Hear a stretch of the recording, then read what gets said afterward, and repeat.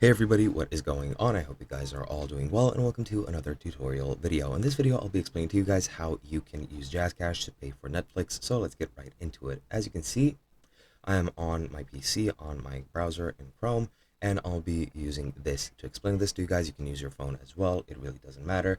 But first, what you're going to want to do is launch Jazzcash. From there, you're going to want to go ahead and navigate to the section that says Pay Bills.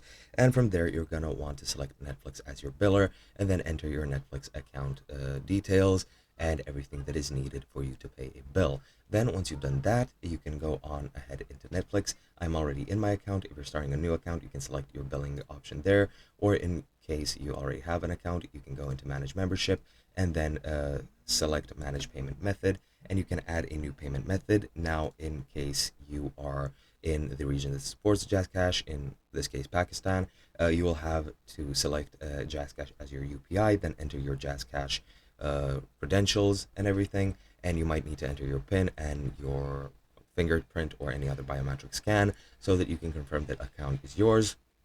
And that is pretty much it. Then you can use that as a payment method for Netflix, and that's pretty much it. Hope you guys enjoyed, and I'll be seeing you guys in another video.